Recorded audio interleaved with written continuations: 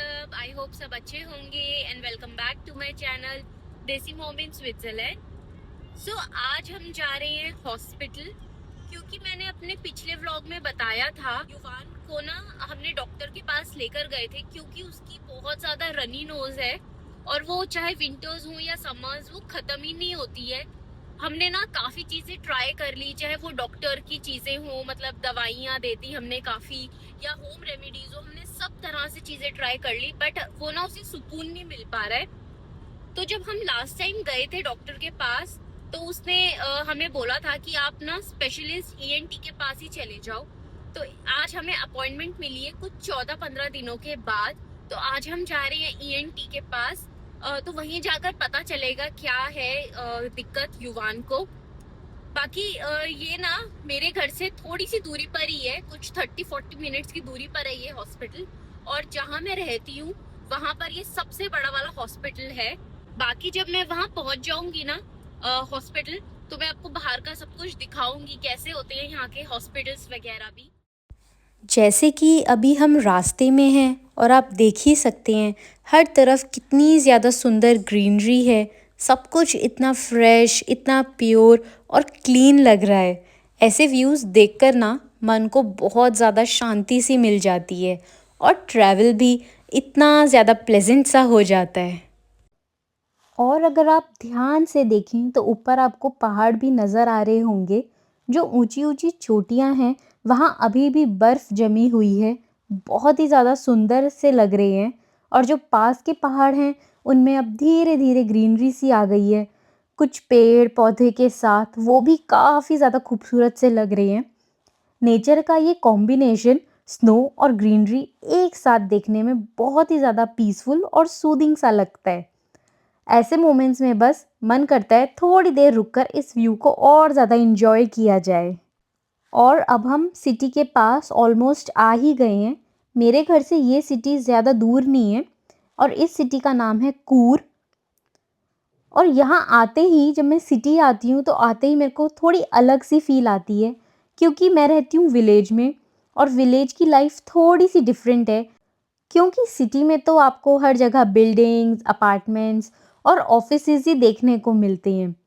वहाँ जहाँ मैं रहती हूँ विलेज साइड में इतना क्राउड भी नहीं होता, थोड़ा ओपन स्पेस ज़्यादा होता है। और अब हम आ गए हैं हॉस्पिटल। यहाँ का, इस सिटी का ये काफ़ी ज़्यादा बड़ा हॉस्पिटल है और ये काफ़ी वेल नोन हॉस्पिटल भी है। और यहाँ पर यूजुअली बिल्डिंग्स जो होती हैं हॉस्पिटल्स वगैरह की, वो बिल्कुल ऐसी ही होती हैं। आपको बाहर ऐसे देखने को नहीं मिलता है कि हॉस्पिटल है। और हॉस्पिटल के नीचे, अंडरग्राउंड पार्किंग एरिया दिया हुआ है। तो अब हम सीधा वहीं अपनी कार पार्क करेंगे और अभी हम जा रहे हैं पार्किंग एरिया की तरफ। यहाँ का सिस्टम भी बहुत ज़्यादा ऑर्गेनाइज्ड है, इसलिए आने में आसानी बहुत ज़्यादा हो जाती है। और ये पूरा का पूरा अंदर का एरिया है जहाँ पर कार वगैरह हम लोग पार्क कर देते हैं। और ये हॉस्पिटल की पार्किंग है। और आप देख सकते हो हम सुबह सुबह ही आए हैं और कितनी सारी कार्स ऑलरेडी खड़ी हुई हैं। कुछ कार स्टाफ की हैं तो कुछ विजिटर्स की और कुछ पेशेंट्स की। अंदर आते ही सबसे पहले हम आ गए थे लिफ्ट वाले एरिया में, क्योंकि यहाँ पर 2-3 लिफ्ट दी गई हैं और ये डायरेक्ट हमें हॉस्पिटल के अंदर पहुँचाएगी लिफ्ट। ये पूरा का पूरा, जैसे ही हम अंदर आए थे, ये पूरा का पूरा एरिया है। और यहाँ हमने रिसेप्शन से बात कर ली थी, तो उन्होंने बोला कि आपको थोड़ी देर वेट करना होगा। और जैसे ही हम अंदर आए थे, सब अलग अलग चीज़ों के नाम दिए हुए थे और डायरेक्शंस दी हुई थी कि ईएनटी स्पेशलिस्ट कहाँ बैठते हैं, या किसी को कोई और प्रॉब्लम है तो वो कहाँ बैठते हैं। और ये पूरा का पूरा हॉस्पिटल है। काफ़ी अच्छा बड़ा हॉस्पिटल था। और नीचे जो आप फ्लोरिंग देख रहे हो पिंक कलर की, कहीं पिंक होती है, कहीं रेड, कहीं येलो, जैसे कि यहाँ पर अब पर्पल शुरू हो गई है। ये हमें बताता है कि हमें कौन से एरिया में जाना है, कौन सी लाइन आपको फॉलो करनी है। तो जैसे हमारी लाइन थी पर्पल, हमने पहले पिंक लाइन फॉलो करी, फिर पर्पल लाइन में आ गए थे। और यहाँ पर हमें बोला गया था रिसेप्शन वालों ने कि आपको थोड़ी देर वेट करना है, क्योंकि डॉक्टर किसी और के साथ बिजी थे। और ये पूरा का पूरा इनका वेटिंग एरिया है। हम पहले बाहर बैठे हुए थे, फिर उसके बाद अंदर आ गए थे, क्योंकि काफ़ी देर हो गई थी हमें बैठे-बैठे, तो हमने सोचा अंदर बैठ जाते हैं, थोड़ा युवान भी एंटरटेन हो जाएगा। और ये पूरा का पूरा अंदर का एरिया है, जहाँ हम युवान को चेकअप करवा रहे थे। डॉक्टर ने तो युवान को अच्छे से चेक कर लिया था, उसकी नोज़, उसकी ईयर सब कुछ। तो डॉक्टर ने बोला कि उसको कोई ऐसी दिक्कत नहीं है। छोटे-छोटे बच्चों में ये हो जाता है कि काफ़ी टाइम उन्हें कफ़ या रनिंग नोज़ हो रही है। तो डॉक्टर ने बोला कि मैं 1-2 मेडिसिन्स दे देता हूँ, जो कि हमें फ़ॉलो करनी है और उसके बाद वो ठीक हो जाएगी। तो कोई घबराने वाली बात नहीं है। और यहाँ पर जब हमने कार पार्क करी थी, तो हमने कुछ करी थी 1.5 घंटे के लिए, और यहाँ पर आप देख सकते हो उसके पैसे आ गए हैं 4 फ्रैंक्स। तो काफ़ी ज़्यादा महँगी थी और हमें साथ में हमने टिकट भी ले ली थी, क्योंकि वो टिकट इसलिए लेनी पड़ती है, जब हम बाहर जाएँगे कार को लेकर तो वो ईज़िली ओपन हो जाए गेट्स हमारे। और बस हॉस्पिटल से आने के बाद हम लोगों ने सोचा कि थोड़ा ब्रेकफ़ास्ट वग़ैरह कर लेते हैं और थोड़ी देर के लिए हम सिटी भी घूम लेते हैं।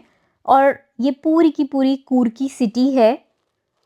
तो हमने यहाँ पर देखा कि काफ़ी सारी ना शॉप्स वग़ैरह भी लगी हुई थी, और क्योंकि वो इसलिए लगी हुई थी, यहाँ पर स्प्रिंग फेस्टिवल चल रहा था। जब गर्मियाँ आती हैं तो कुछ ना कुछ चलता ही रहता है स्विट्ज़रलैंड में, कभी स्प्रिंग फेस्टिवल, कभी फूड फेस्टिवल। अभी के लिए स्प्रिंग फेस्टिवल था और हमें नहीं पता था कि इस सिटी में हो रहा है। वो तो हम बस आ गए थे तो हमें पता चल गया, और काफ़ी लाइवली लग रहा है। और सच में ये बिल्कुल सुबह-सुबह का टाइम है, कुछ 10:30-11 बजे का, और बहुत ज़्यादा अच्छा लग रहा था। काफ़ी ज़्यादा धूप निकली हुई थी, बट अभी भी हल्की-हल्की सी ठंड है, तो लोगों ने ना पतली-पतली सी जैकेट वग़ैरह पहनी हुई है।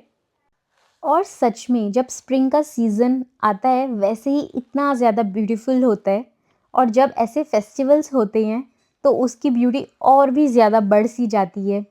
हर जगह फ्लावर्स, डेकोरेशंस और लोगों की खुशी, सब कुछ इतना ज़्यादा पॉजिटिव फ़ील दे रहा है ना, ऐसा लग रहा है जैसे पूरी सिटी में कोई सेलिब्रेशंस चल रही हो। यहाँ आकर सच में बहुत अच्छा लग रहा है, और अच्छी बात है कि हम लोग आ भी गए सिटी। थोड़ा चेंज भी मिल जाता है और मन भी काफ़ी ज़्यादा फ्रेश हो जाता है, क्योंकि वही रूटीन, वही भाग-दौड़। तो इसलिए हमने सोचा कि हॉस्पिटल के बाद थोड़ी देर के लिए हम सिटी घूमने आ जाएँगे। और लोगों ने यहाँ पर कई सारे स्टॉल्स लगाए हुए थे, कुछ खाने के, तो कुछ कपड़ों के, कुछ शूज़ के। और साथ ही में यहाँ मेरे को इंडियन वाला फूड भी मिल गया था, फूड ट्रक था। तो देखते हैं, अगर टाइम हुआ तो हम ज़रूर खाएँगे। और ये इतनी प्यारी डेकोरेशंस लग रही थी, हर जगह कलरफुल सा लग रहा था। सच में जब कलर्स ऐसे देखने को मिलते हैं, तो आप खुद ही इतने ज़्यादा अट्रैक्ट हो जाते हो कि आपको मन करता है कि एक बार वहाँ जाकर देख तो लें, चाहे लें या ना लें, पर एक बार देख तो लें। क्योंकि युवान भी कई दिनों से परेशान था अपनी नोज़ की वजह से, तो हमने सोचा थोड़ी-सी उसको सिटी भी घुमा देते हैं। और सोने पे सुहागा ये हो गया कि यहाँ पर फेस्ट भी हो रहा था, तो वो और ज़्यादा खुश हो गया कि वो एन्जॉय कर रहा था यहाँ पर। जैसे कि मैंने आपको बताया था कि हमारी अर्ली मॉर्निंग की अपॉइंटमेंट थी, तो हम लोगों ने किसी ने भी ब्रेकफ़ास्ट नहीं किया था। हम बस ऐसे ही आ गए थे, फटाफट नहा धो के। तो अब हमने सोचा कि ब्रेकफ़ास्ट कर लेते हैं, और यहाँ पर मेरे को ये कैफ़े दिख गया था, तो मैं अपने हस्बैंड से पूछ रही थी कि यहीं पर ही चलते हैं, क्योंकि मेरे हस्बैंड को भी ऑफ़िस जाना था 12 बजे। तो हमने सोचा हम फटाफट ब्रेकफ़ास्ट करके घर चले जाएँगे। और यहाँ हम आ गए हैं एक प्यारी सी बेकरी में, देखने में बहुत अच्छी लग रही थी, क्योंकि मॉर्निंग का समय है। तो जो ये ब्रेड्स वगैरह होते हैं या पेस्ट्रीज़ होती हैं, वो बिल्कुल फ्रेशली बेक्ड होती हैं, और ये होममेड होती हैं प्रॉपर। तो ये बहुत ज़्यादा अच्छी लगती हैं खाने में भी, बिल्कुल फ्रेश वाला स्वाद आता है। और आप चाहो तो इनको आप गरम भी करवा सकते हो, मतलब हल्का सा वार्म, तो स्वाद में और भी ज़्यादा मज़ा आ जाता है। और यहाँ पर हमने ले लिया था, ये पिस्ता की कुछ ब्रेड थी, ऊपर क्रीम लगी हुई थी। काफ़ी डिफरेंट टेस्ट था, मैंने तो पहली बार खाया है। बाकी युवान के लिए एक सैंडविच लिया था, चीज़ सैंडविच, और मेरे लिए और विवेक के लिए था ब्रुशेटा, और साथ में एक क्रोइज़ॉन भी लिया था। ये काफ़ी अच्छा और ऑथेंटिक यूरोपियन ब्रेकफ़ास्ट था। और यहाँ युवान कह रहा था कि मम्मा आप खिला दो, क्योंकि हमने उसका ब्रेड हल्का सा वार्म करवाया था, क्योंकि जब चीज़ मेल्ट हो जाता है ब्रेड के अंदर तो और ज़्यादा स्वाद सा लगता है। बस स्प्रिंग हो या समर, उसका यही मज़ा है कि आप बाहर बैठ के अपना ब्रेकफास्ट, लंच वगैरह आराम से एंजॉय कर सकते हो। बहुत ही प्यारी सी हवा चल रही थी, हल्की-हल्की ठंड थी और आप जब ओपन में अपना ब्रेकफास्ट करते हो तो अलग ही ज़्यादा मज़ा आ जाता है। और ब्रेकफास्ट करने के बाद हम लोग बस थोड़ी-सी सिटी एक्सप्लोर करने लग गए थे और हमने सोचा कि एक बार हम इंडियन भी ट्राई कर ही लेते हैं। काफ़ी सारी चीज़ें थी, जैसे कि समोसे, पकौड़े और नान वग़ैरह थी, चीज़ नान। तो अभी हमें उसकी तो बिल्कुल भी इच्छा नहीं थी, बट हमने सोचा कि एक बार पकौड़े ट्राई कर लेते हैं। बहुत बढ़िया, खुशबू बहुत अच्छी आ रही है, जेन्युइनली बहुत अच्छी आ रही है। स्विट्जरलैंड में पकोड़े खा रहे हो यार हैं? इंडियन खाते रहते हैं बट ना अभी पे और हमने ले लिए थे मिक्स वेजिटेबल के पकौड़े, जो कि आए थे 9 फ्रैंक के।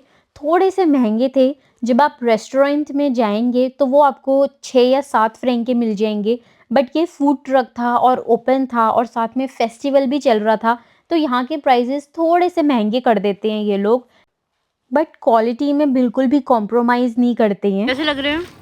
ये जेन्युइनली बहुत अच्छे हैं, मतलब मुझे टेस्ट में काफ़ी अच्छे लगे। सबसे अच्छी बात ये है ना, ऑयली भी नहीं है ये वाले, तो डिलीशियस है, नो डाउट नो डाउट। गुग्गू आ जाओ, खा लो। ठीक है, खा लो। अभी हम थोड़ा सिटी में वॉक कर रहे हैं और यहाँ युवान आकर काफ़ी ज़्यादा एंजॉय करता है। और साथ में जो ये मैं आपको दिखा रही हूँ ये है टॉयलेट। यहाँ पर आप कभी भी जा सकते हैं, ये बिल्कुल ओपन टॉयलेट होते हैं। यूजुअली जब फेस्टिवल्स वगैरह होते हैं तो यहाँ पर ऐसे ही रख देते हैं। और सच में नए प्लेस में आकर बच्चे वैसे ही बहुत ज़्यादा एक्साइटेड हो जाते हैं, क्योंकि हर चीज़ उनके लिए नई होती है, इसलिए वो और ज़्यादा ध्यान से देखते हैं और उसको और एंजॉय करते हैं। यहाँ पर अभी थोड़ा कंस्ट्रक्शन का काम चल रहा है। आप देख सकते हैं ये बड़ी सी मशीन लगी हुई है, जिससे ऊपर हैवी चीज़ें उठाई जाती हैं। शायद बिल्डिंग्स पर या रोड के साइड कुछ इंस्टॉल किया जा रहा है। इस तरह के काम देखने में मुझे बहुत ज़्यादा इंटरेस्टिंग लगता है, क्योंकि इतनी बड़ी मशीन्स का यूज़ होता है और सब कुछ कितना ज़्यादा सिस्टमेटिकली किया जाता है। वर्कर्स भी काफ़ी ज़्यादा ध्यान से अपना काम कर रहे होते हैं। हर चीज़ स्टेप बाय स्टेप होती है। अब मैं सिटी से घर आ गई थी और मैंने आते ही कपड़े वॉश के लिए डाल दिए थे। ये मेरी बेटी के कपड़े हैं और मैं यूजुअली उसके कपड़े घर के अंदर ही ड्राई करती हूँ। मैं उन्हें बाहर या वॉशिंग एरिया में नहीं सुखाती, क्योंकि मेरे घर में एक बिलीफ माना जाता है कि छोटे बच्चों के कपड़े हमेशा घर के अंदर ही सुखाने चाहिए। इसका रीज़न ये है कि बाहर डस्ट, पॉल्यूशन या इंसेक्ट्स हो सकते हैं और छोटे बच्चों की स्किन बहुत ज़्यादा डेलिकेट होती है, इसलिए उन्हें एक्स्ट्रा केयर की बहुत ज़्यादा ज़रूरत भी होती है। साथ ही एक प्रोटेक्टिव फीलिंग भी आ जाती है कि बच्चों की चीज़ें सेफ़ और क्लीन जगह पर ही रखी जानी चाहिए। इसलिए मैं हमेशा इंश्योर करती हूँ कि कीकी के कपड़े यहीं अंदर ही ड्राई कर दूँ, क्योंकि अभी वो जस्ट सिर्फ 7 मंथ्स की है, ताकि वो बिल्कुल क्लीन और सेफ़ रहे। और बस सुखाने के बाद मैंने इस बास्केट को रूम में ही रख लिया था। यूजुअली मैं अपने रूम में ही रखती हूँ इस बास्केट को, क्योंकि इस बास्केट में मैं उसके गंदे कपड़े रख देती हूँ और हमारे कपड़ों के साथ बिल्कुल भी नहीं रखती हूँ। और साथ ही में जब सारा काम मेरा घर का निपट गया था तो मैं यहाँ आराम से कॉफ़ी पी रही थी, क्योंकि इतनी ज़्यादा थकावट हो गई थी, बच्चों को सुलाना, लंच बनाना, कपड़े धोना। तो बस मैं यहाँ पर बैठ के शाम की कॉफ़ी एंजॉय कर रही थी। और आप बाहर देख सकते हो जो घास है वो काट दी गई है और ये बार बार उग जाती है। और साथ ही में इतना प्यारा सा वेदर हो रहा था। यूजुअली जब स्प्रिंग होता है या समर्स होती है मैं ऐसे ही बाहर बैठ जाती हूँ, कभी अपने बच्चों के साथ तो कभी खुद अकेली, क्योंकि मदर टाइम भी बहुत ज़रूरी होता है। इतना ज़्यादा माइंड थक जाता है और फिज़िकली भी हम इतने ज़्यादा थक जाते हैं ना, कि बस लगता है कि थोड़ी देर हम अपने लिए ले लें, आराम से सुकून से चाय पी लें या आराम से सो जाएं। तो मैं बस अपना मी टाइम एंजॉय कर रही थी। ये क्लिप मेरे हस्बैंड ने ऑफिस से ही शूट की है, जहाँ वो अपने फ्रेंड के साथ टेनिस खेल रहे हैं। आप में से काफ़ी लोगों ने मुझे एक चीज़ पूछी थी कि स्विट्ज़रलैंड में वर्क लाइफ बैलेंस कैसा होता है, तो मैंने सोचा ये छोटी सी ग्लिम्स शेयर करूं। जहां मेरे हस्बैंड काम करते हैं वहां एम्प्लॉयज़ के लिए ऐसे एक्टिविटी एरियाज़ होते हैं और यूजुअली फ्राइडे को काम करने के बाद वो यहीं आ जाते हैं, थोड़ा टाइम स्पेंड कर लेते हैं। और मुझे सच्ची में लगता है कि यहाँ वर्क लाइफ बैलेंस काफ़ी अच्छे से मेंटेन किया जाता है और लोग काम के साथ अपनी हेल्थ और रिफ्रेशमेंट का भी ध्यान अच्छे से रखते हैं। अभी जैसे जैसे समर आने वाली है, यहाँ स्प्रिंग के टाइम पर ये लोग फील्ड्स की ग्रास कट करते हैं और उसके बाद उस ग्रास को ऐसे बड़े बड़े बंडल्स में इकट्ठा कर लेते हैं, जिन्हें हे बेल्स कहते हैं। आप यहाँ देख सकते हैं काफ़ी सारी घास ऑलरेडी कलेक्ट करके रखी हुई है। ये सब एक्चुअली बाद में यूज़ होती है, स्पेशली विंटर के टाइम पर। विंटर में फ्रेश ग्रास अवेलेबल नहीं होती है, इसलिए ये लोग अभी से प्रिपेयर कर लेते हैं और फिर इन बंडल्स को उठाकर अपने स्टोरेज एरिया में रख लेते हैं। मुझे ये सिस्टम काफ़ी ज़्यादा अच्छा लगता है, कितनी प्लानिंग के साथ ये लोग सीजन्स के अकॉर्डिंग काम करते हैं। और जैसे जैसे गर्मियाँ आती हैं वैसे वैसे यहाँ पर हर कोई साइकिलिंग करता है, बड़ा अच्छा लगता है देखने में। और आप देख सकते हो कुछ बच्चे थे जो यहाँ पर ट्रैक्टर भी चला रहे हैं, जैसे हमारे इंडिया में चलाते हैं, बिल्कुल वैसे ही। और अभी का जो वेदर है वो भी काफ़ी ज़्यादा प्लेजेंट हो रहा है, हल्का सा वार्म फील आने लगता है। और साथ ही में आप देख सकते हो उन्होंने अपने ट्रैक्टर में सारे के सारे बंडल्स को उठा लिया है। और वहाँ आप देख सकते हैं एक हॉट एयर बलून भी नज़र आ रहा है। यहाँ समर्स के टाइम पर ऐसे हॉट एयर बलून्स काफ़ी देखने को मिल जाते हैं, स्काई में धीरे धीरे मूव करते हुए। ये देखने में बहुत ही पीसफुल सा लगता है। मैं आपको एक प्रॉपर क्लिप भी दिखाऊंगी, जब ये और पास आएगा उस टाइम और भी क्लियरली दिख रहा होगा। सच में ऐसे व्यूज़ देखकर मन बिल्कुल काम हो जाता है। माउंटेन्स, ओपन स्काई और ये हॉट एयर बलून, सब कुछ इतना ज़्यादा ब्यूटीफुल सा लगता है। सो आई होप आपको मेरा आज का व्लॉग अच्छा लगा हो। मिलते हैं नेक्स्ट व्लॉग में। Thank you, take care, bye bye.